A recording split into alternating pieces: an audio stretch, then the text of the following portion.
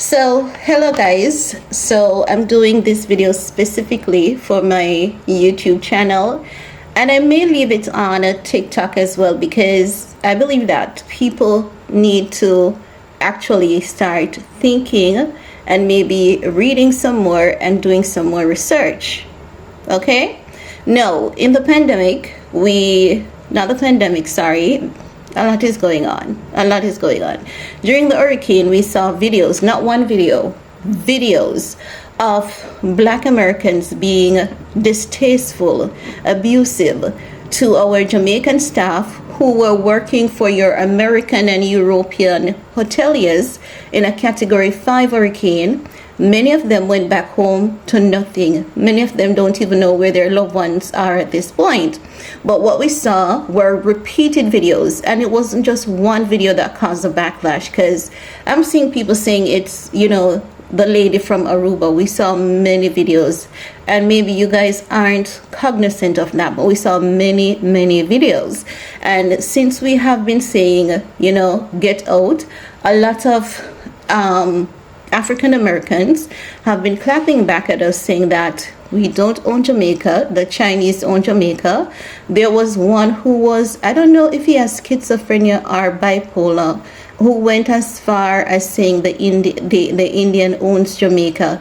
And I don't know where the hell him get that false narrative. Because do you know where the Indians own? America. I don't know. Remember that, you see, this is the thing. Dr. Umar Johnson came to Jamaica and saw a lot of Chinese and a lot of Chinese development, and he told you all the story, and you guys believe. And many of you weren't thinking, right? And many people have the narrative that because we have so many Chinese investors here, the Chinese own Jamaica, right? So sometimes you guys say England owns Jamaica. Sometimes you guys say the Chinese own Jamaica. So you guys need to make up your mind on who you think own Jamaica, because the mere fact that you have so many stories, it really tells you you know nothing, right? You need to understand this. Jamaica was colonized. America was colonized just the same. Do you guys realize there's absolutely no difference between Jamaica and America? The Chinese are investors in Jamaica just as though they're investors in America. There are some Chinese businesses that Donald Trump can tell to leave America, while there are others he cannot get them out. While there are Chinese citizens that he cannot get out. There are Chinese investors who have invested in building America, and they have shares in America. America doesn't belong to one man. While we can say Jamaica belongs to Jamaicans with investors, Americans can't say America belongs to Americans. And you guys really need to, there's even one documentary that tells you about the men who built America.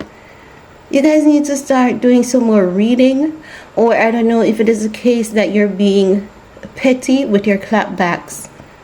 But we want the clapbacks to sound educated, and we want them to sound more intelligent. Because as much as some African Americans love to separate themselves from the motherland, you guys are a reflection of us. And when you embarrass us, you embarrass we too. You understand? So I don't know what's going on over there, but Chinese are investors in our country just as how they're investors in your country with a lot of shares. And the Europeans that colonized America, you guys have to think, you have to think. And if you don't think, and this is why Candace Owens have been telling you guys that America has been, your government has been tricking you so much. You don't even know half your history or even half of what is going on in your country at this point. Many people don't know, right? So you see, the clapbacks, we want them to be more intelligent. We want them to be more informed. We want them to sound more educated so we can also learn from them. Jamaican people love to learn, They love to learn.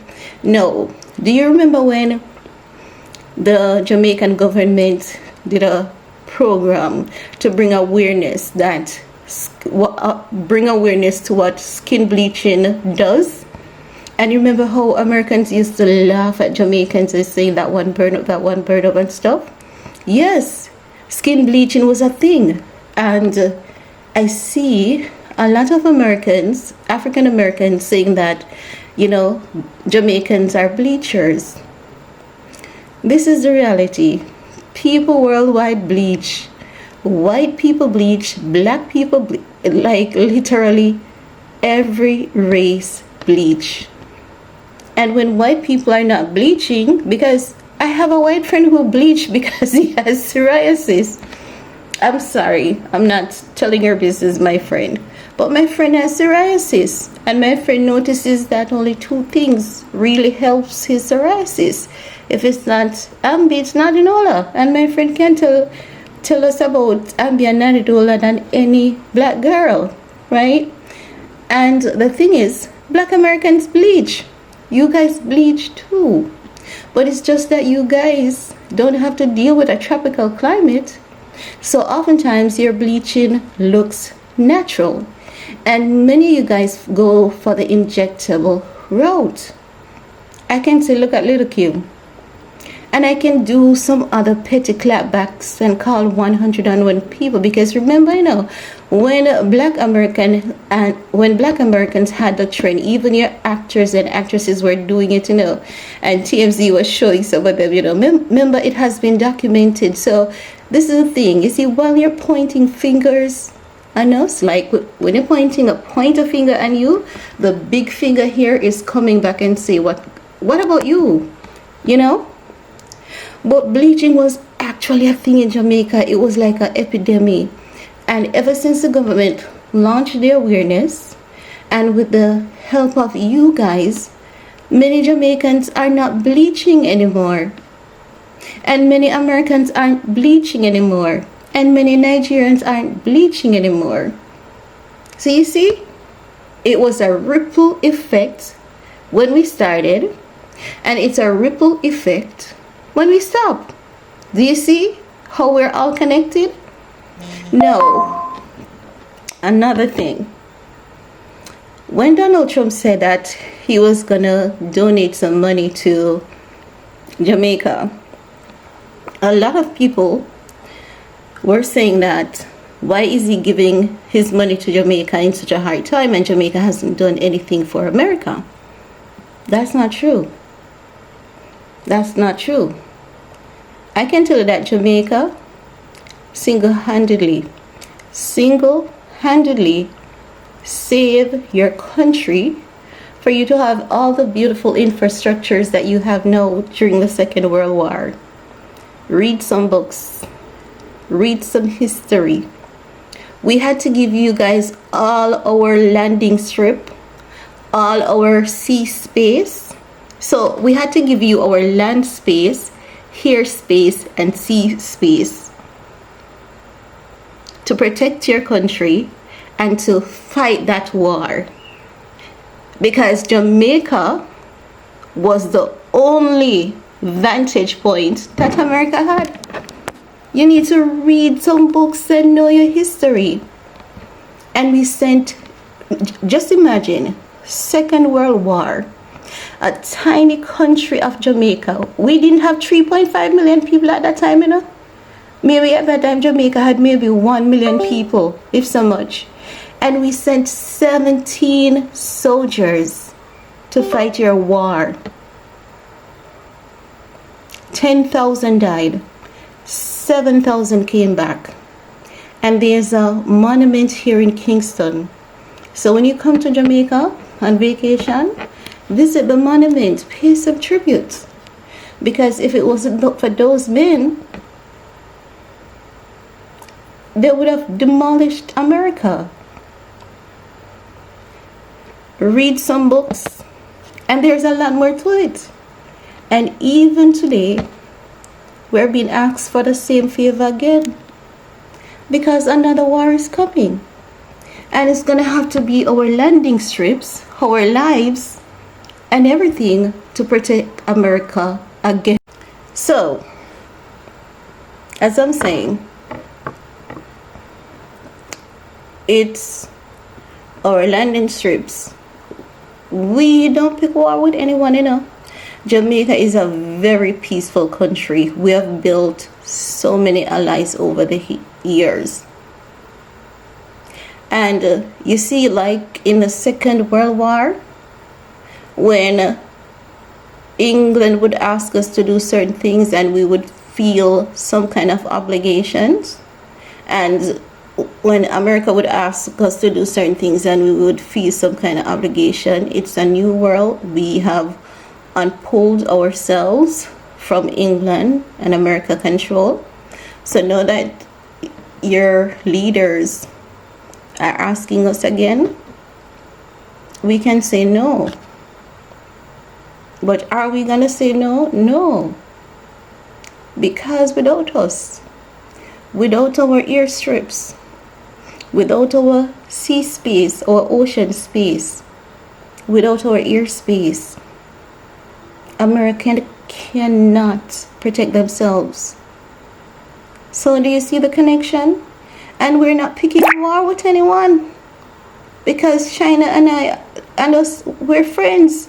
Remember, you guys said China owned Jamaica. You know, can you imagine? We're gonna have to say yes so that Americans can live. And then you say we have never done anything for America. You know how hurtful that is. Do you know that every time I passed that monument I cried? Because we were so small in population. And I remember reading a book about the Second World War from a soldier's point of view. And he was a white man, and he said that he was a racist motherfucker. He was racist and he never believed in God. And he said the way in which Jamaicans and Nigerians fought on that battlefield made him know that we are the true Jews and the true Israelites, and we're the true chosen people. Because he said, when the British men and the American were dropping like flies, and when they were tired and exhausted, the Jamaicans and the Nigerians just kept going like they were mad. They couldn't run out of energy. It's like he said, it was like there was a battery pack in their back. He said that had to be God. And that's how he started believing God. Because he said literally, they were tired, exhausted. They just couldn't go. But the Jamaicans, the Nigerians, the Namibians, all the black, we kept going when they couldn't. And you remember when he got shot and was down in the ditch. And he was there with several other men. The Jamaicans and the Nigerians were just running through the bullets like it was nothing to save them. Read some books. I don't know everything. I don't know everything. But when I was a child, I lived all the way in the country, in the bushes. And while my father used to travel, farm work to America, and I had TV, we had cassettes at the time, you know that after a while you finish watching all that show and then you have to take up your book. But the library van used to come, I believe it was every Wednesday, and they would allow you to borrow books and read, like up to 3 books. And I used to read a lot as a child. And the details in the book, it was so graphic that the soldier had to tone it down in a little bit of sense of humor. Because they said they literally had nothing left in them. They said they literally had nothing left in them. And when they looked around, they said that the black men had something in their eyes, and it was like they were talking to something and something was leading them through the war. And that's when they know who the chosen people were, because they have never seen anything like it. So just imagine a tiny country with a very small population, in World War II. You know that there are landing strips here that America has mopped off, that many Jamaicans who were born here don't even know exist. Many Jamaicans don't know that those landing strips exist. But guess who knows those landing strips better than even the Jamaicans themselves?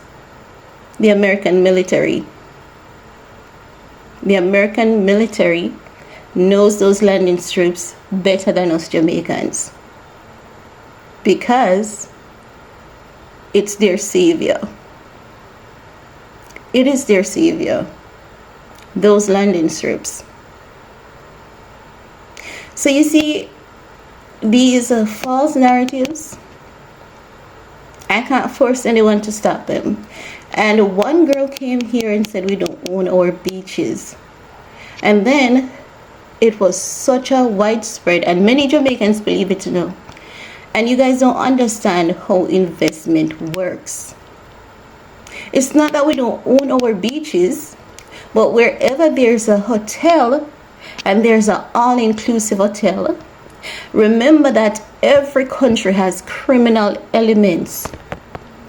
So what these hotels do, they have security on the beach, and those beaches are separated in half. So if you want to go over to that side, you can go free of cost. But if you want to go over to the side where the tourists are, you have to go through the gate of the hotel. You can't go onto the people and property as you like, because if they have such free access, gunmen would go onto the property and rob the tourists, and that wouldn't be good for us. It wouldn't be good for our image. So if you want to go over to where the tourists are, you enter through their main gate, you show your ID, you pay your money. And as Jamaicans, our rates are not the same. Once you show a proof that you're a Jamaican, our rates are not the same. We're charged lower rates, not in all cases, but in most cases, we're charged lower rates, many places. So, I can't tell you guys to cut out the false narratives. I can't. And let me tell you this. In no country, nobody can have ownership to the beach but the government itself. So even in America, if your government sells a beachfront property, like say to a Canadian businessman, he owns that entire property, but when it touches the shore, he cannot have ownership of that in no country. And you know why no one has ownership to beach?